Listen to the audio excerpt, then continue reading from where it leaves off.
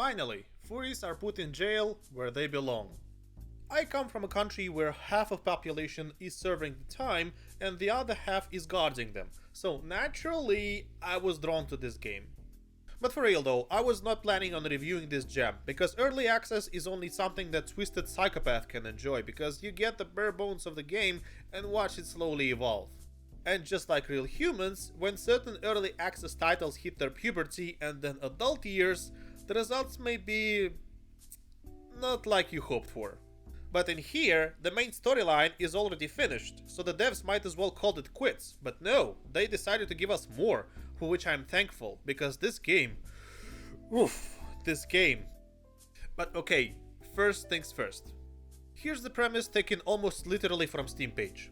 In this anthropomorphic game, you play as a journalist Thomas the Fox, who got caught up in the conspiracy and was thrown into maximum security prison for not taking the bribe from the mayor.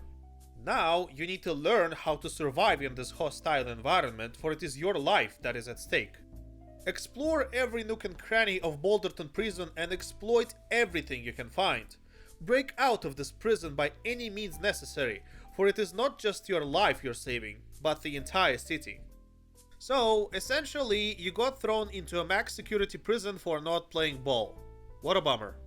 But what the mayor's office forgot to take into account is that even behind the bars, our character, Thomas the Fox, is not going to give up. You're not going to give up. You've seen the Shawshank Redemption now, have you? It's kinda like that, but with animals and pixel graphics.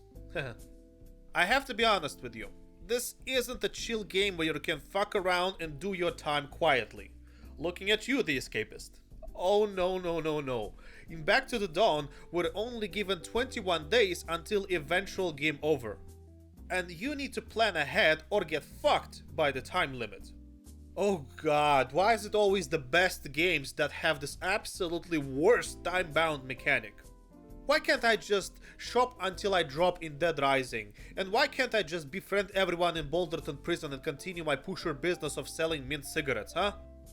Alas, you'll have to haul ass if you hope to beat this game on your terms. Which is a shame, because I can see myself covering the content peacefully without rush. Understand this. This game is not meant to be played in one playthrough. It's almost impossible. Same with the aforementioned example of Dead Rising. First, you learn the ropes, then you exploit the penitentiary system for profits and gains. It's a good feeling. A good feeling. Your every playthrough is going to be unique, to be sure. The meat and potatoes of this game consist of heavy RPG elements such as strength, agility, intelligence, and charisma stats, experience points in each category that let you enable various skills that you obtain in the Clink, and of course, who can forget the dice rolling, which is how you're going to decide your fate in this lovely game. And it is ever so captivating. At the start, you have 3 different origins, just like in Cyberpunk, if you think about it. Those are broadcast journalist, undercover agent, and war correspondent. These backgrounds distribute the stats in different ways and also give you various passive bonuses. This is basically how you choose your build. Do you want to be agile, charismatic, strong? It's all there waiting for you to make your irreversible choice, so choose wisely. Next up, 3 levels of difficulty. The first one is for those who want to experience the story without much trouble, and it gives you additional items to play the game on easy mode. Then comes the middle path, the way it's meant to be played. You can downgrade your game to easy difficulty if you feel it's too much. And then there's Skid Road mode, which doesn't even let you save the game. It's only autosave and that's it. Consider it the game's Iron Man mode. Choose wisely. What I like about this game is that it gives us 12 save slots. I mean, I have no problem with auto-saving my progress, but if I can't have another playthrough in a separate save file, it's an instant no for me. So hooray for the developers for actually thinking this through. Okay, immediately after starting the game, I need to tell you about 2 most important things in this game: health and mind. These are your stats that you need to maintain at a certain level, not to become weak or terribly depressed. Becoming weak of body or mind will bring down your stats immensely. There are numerous ways of keeping your health and sanity in check, such as eating, sleeping, praying, taking shower, watching movies, etc. You also need to make sure that you have enough stamina and focus to function properly.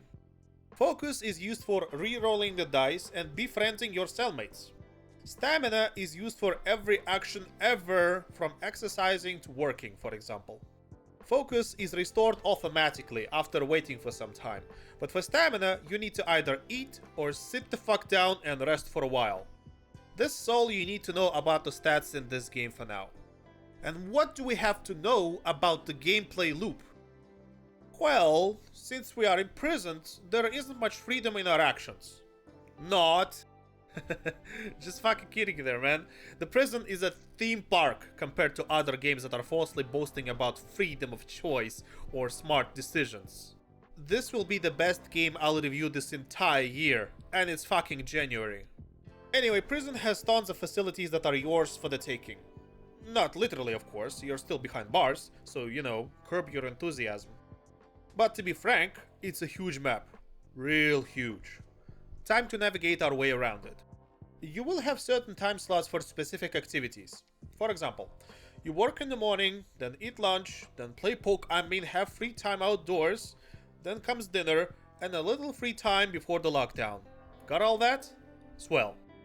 You might have already guessed that during these time slots you get to do different stuff. Aces. You work, you exercise, eat, relax, socialize, watch TV, play games, read books, pray, trade, do quests, and that's not even all. But there's always something that keeps us on our toes, something to keep us amused. So what do? Ha! You thought Yakuza had all the minigames. Guess again, genius. This one is minigames bonanza. Poker, parcel distribution, processing the mail, ironing the clothes, which I'm sure you haven't done in a long while. Oh boy, practically every activity that you do is screaming minigames at you. What's more is that if you do your job 3 times successfully, you can now leave Thomas on autopilot during his working hours. This is incredibly useful for those of us who suck at minigames because their sense of rhythm is fucked up, or they get too anxious when sorting the mail because it reminds them of their work at Amazon Fulfillment Center or Chinese Post Office. So for those of you, dear audience, we have this wonderful option of cruise control. Don't sleep on it. Enjoy. Important note. In Back to the Dawn, time passes when you do something. It does exactly what it says on the tin. If you talk to someone, it progresses the time. If you rest, time moves on. If you work, time rushes forward, etc. The only thing that does not move time forward is moving around. Yeah, that gives you time and window to strategize your next move. You can carefully plan out your next hours so that the day wouldn't be completely wasted. So here's the important part, bud. You need to carefully plan your actions if you hope to beat the game and escape the prison. Remember what I told you about the time limit? Yeah, that. So spreading yourself too thin will result in spending excellent time in jail but not clearing the story, which means you lose the game by default. If not for that meddling time limit, I would have had the time of my life. Not to worry though, if you restart the game, that doesn't necessarily mean that you need to repeat the same steps over and over again. There are different ways of advancing the story, both in the main plot and in escape scenarios. So you can experiment, talk to different people, move to another cell, pledge allegiance to a different gang, bond with other cellmates, the works. Like I said, the game is designed to be played multiple times, and every time you approach it, it will remain fresh, able to throw more things at you, which is always a nice surprise. Now let's talk about the most important choice you'll make in the joint. Joining the gang is optional, but preferable if you want to stay alive a little longer. Like in school, prisoners are split into different cliques, which are characterized by the gang's leader and their general preference in terms of what they do in Boulderton prison. We've got Sharp Tooth Gang, who are power hungry and extort money from weak prisoners. They control basketball court and TV room. Then comes Black Claw Gang. Their style is to sit back and watch how everything plays out. They run a lawn sharking business in the prison, and they also control the general building. And finally, we've got Bigfoot Gang, which is full of hardened prisoners that are heavily focused on brawn before brains. They control the weight pit, and they run underground boxing matches which you can participate in or bet on even if you're not part of the gang. Now, joining the gang comes with peaks and valleys, but it's completely optional and thus not a recommendation. But since we're on the subject, let me give you some hints for this fantastic indie game. Tip number 1. Get to know prison economy. Prison is cold and heartless, like your ex's heart, so you'll need every bit of cotton that you can score in this joint. Which is why you need to get a blanket in order not to freeze even though you have fur. How do you do it though? Some guards may be more corrupt than others, and some may run side gigs like selling you prison essentials for money. They don't care if you freeze or not, whether you've used all your soap or not, or whether you ran out of paper to write letters to your ex to ask for money or not. They don't care. What they do care is squeezing the last dollar out of your sorry ass, because they know that you have no other way but paying them for the blanket. Assholes. But that doesn't apply to other cellmates. They can also sell you items, legal and otherwise. But some items are reserved only for the bestest of friends, so you need to get all buddy-buddy with them. And speaking of which, tip number 2, befriend your fellow inmate. They're all unique in the sense that they have their own cells, their backstories, their own routines, their likes and dislikes, but most important of all are their personal abilities. Personal ability is something that you get from them when you bond with them. Now, how do you bond? Well, just like in real life, you cut your wrist, spill some blood, and then administer yourself a blood transfusion from your fellow bondmate. Easy, right? Just fucking with you. You only need to give them gifts, chat with them, and not shank their ass in the showers. Boom, there's your friendship. Bonding takes skill though, since it's a quest that you need to complete in order to achieve the apex level of friendship. So why do it? Well, because there's this thing with personal abilities. They're fucking awesome. Befriend a polar bear and learn how to wrestle your opponents. Befriend a cat and learn how to steal right from the pockets of unassuming victims. Befriend a camel and you don't need to eat as much. It's amazing how these abilities can affect your playstyle. You can be a bookworm who codes a game on a prison computer and pays the extortionist to avoid getting fucked, or you can be a dick-ass thief who steals everything that is in sight, or become a devastatingly strong fox that anally destroys everyone in the boxing ring and beyond. As a famous Austrian, no, not that one, once said, crush your enemies, see them driven before you, and hear the lamentation of their anthropomorphic women. Tip number 3. Don't try to piss anyone off, dumbass. Indeed, they're not called cellmates for nothing.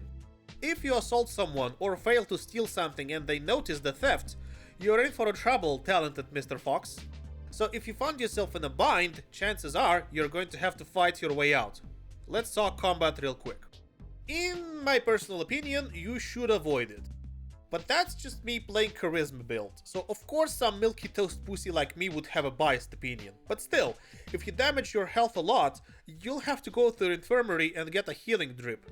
So, combat. It is turn-based and is absolutely classic take on fighting. Remember Punch Club? It's kinda like that. If you have higher agility, you go first. Then you select your ability and have a go at it. There's dodge, stun, crit, the works. It gets more interesting when you obtain better equipment and skills. In no way do I think it's bare bones, but some builds should absolutely avoid getting in fights even if you have something cool as nail bat. If you can hide that kind of contraband, of course. And speaking of, let's talk illegal items. If we don't count such items as chewing gum, pen and paper, nail clip and such, pretty much every item in this game bears some level of contraband danger. The danger degree will vary from item to item, of course, so it stands to reason that an item such as lockpick is going to be a lot lower in danger than, say, a glass shank. You've got two options here, man. Hide it in your drawer or carry it on you. Bear in mind that the prison is modern, so there are either cameras everywhere or guards that stand and watch your every move. So you gotta be smarter than them. So my advice to you is hide your shit well and take it out only out of necessity. You'll thank me later. I've got to say, these devs, they've thought of everything. Even shitting your pants.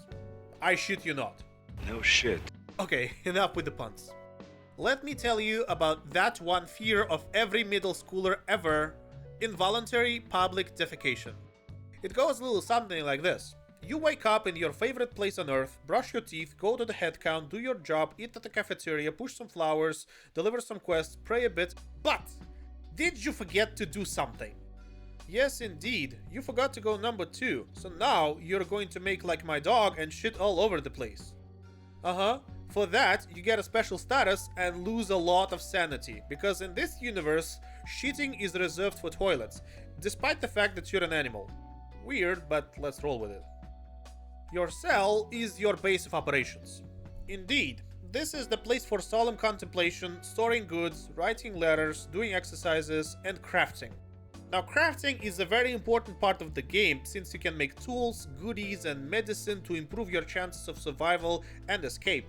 You collect materials from looting everything you can find, including trash cans or buying them straight for the cellmates, if you're willing to part with your hard-earned or equally hard-stolen money. And then comes lunchtime. During the chow time, you get to choose a variety of dishes. And they give you different bonuses. You can have one that gives you a bunch of stamina but no health or mind bonus, or the opposite, for example. You can have one with little stamina but they improve your health so you won't be in pain anymore. It's a balancing act, to be sure.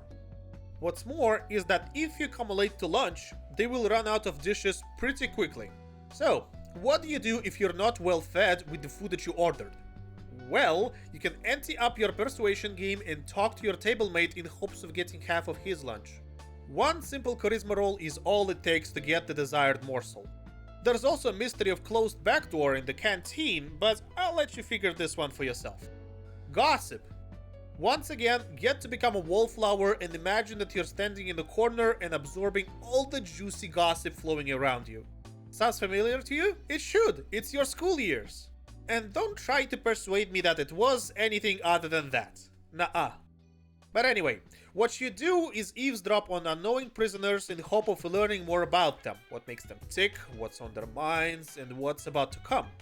Some may call it worthless fluff, I call it treasures, because you get to witness character build themselves from zero, and after a while, you'll be old chums with them, listening to their worries and schemes. Now, the use of anthropomorphism here is nothing short of genius. Not only does it cash in on the furry crowd, but it also makes sense from a characterization point of view. Here's what I mean. The prison boasts 48 prisoners in total. That's almost half 100. Now, do you really have a photographic memory to remember 48 people who wear the same uniform and have the same routine as you? Not likely.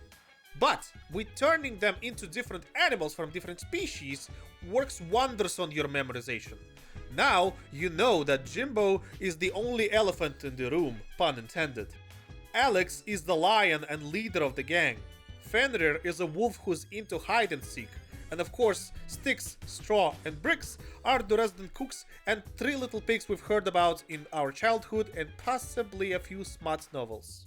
So basically, by turning our prison into an animal farm, identifying the prisoners becomes so much easier. You can totally commit to your memory such faces as a jock crocodile, a deadbeat koala, a chemist skunk, a mercenary tiger, an old-timer turtle, and many other personas that are guaranteed to live rent-free in your head. It's like my inner child gets activated when I talk to this homosexual unicorn or a boxing champion kangaroo. Go figure! It is much more vibrant and interesting than to watch how faceless gang members of human species shank each other in the showers. But when animals get to do this, I'm instantly 200% more involved into the story somehow. I want to know if this horsey is going to be okay on his parole, and I'm interested if Koala is gonna croak because he's late on his debts to Black Claw Gang. I want to know what happens next. And you know, this is the only gripe I have with this game. See, your ultimate task is to escape this prison. But what if I like it so much I don't want to leave? I am in too deep in my gang's affairs. My boxing match is around the corner and I just became friends with this bobcat that promised to cut my hair. I don't want to leave. I want to get old with my cellmates and see the opposite gang in ruins. I like my job in the mailroom. I get a decent wage, I eat what I want, I play poker with the best, nobody dares to extort my ass anymore, I get several hours of computer time, and we get to watch TV every evening. Now what's not to like? The developers cared so much about making this prison to feel lived in, modern, and attractive that I'm about to kill someone in real life just to get a taste of the same vibe as Boulderton Correctional Facility. I mean, I was going to do this, but then who would run this channel? So I'll stay here. You, though, you go and commit some dope-ass crimes. It's totally worth it. The video game wouldn't lie to us now, would it? Despite having a cast of animals instead of human beings, the game is surprisingly realistic. What sets it apart is the emphasis on decisions that you make and how they snowball onto you. The environment is ever evolving, offering you a brand new experience each day that you start in the Boulderton prison. And this visual style just oozes charisma. I'm a big fan of pixel shit graphics, but this one is on absolutely another level. Back to the Dawn possesses a style that boasts moving pixels, and it is indeed very charming. It's as beautiful as looking at yourself in the mirror when you're blackout drunk. I believe it's one of the game's greatest assets in conveying the engaging narrative and creating a stylistic environment that's worthy of 30 to 50 hours of your playthrough. A+, developers. I like what you've done with the place.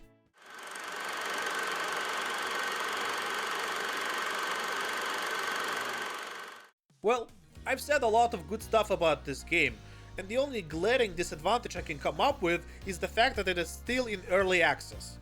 One can't help but wonder, what will the full version offer us? Who's gonna be the tritagonist of Back to the Dawn? We've got charismatic Fox, a strong Panther, so maybe someone book-smart is next on the docket. Who knows? But I will patiently await for the third hero storyline to be finished in full before touching it. Because Thomas the Fox set the bar really high and I don't want to cleanse my palate just yet. It makes a lasting impression, I'm sure about that. The story of Thomas is finished. It is wholesome, comprehensive, and complete any which way you look at it. This is, indeed, the first time I'm singing praises to an early access title for two reasons. As I said, the story of Thomas is complete and can already be packaged as a full game. And secondly, with constant updates and additions, we'll be happily playing this game with Bob the Panther and the third playable hero as soon as he arrives.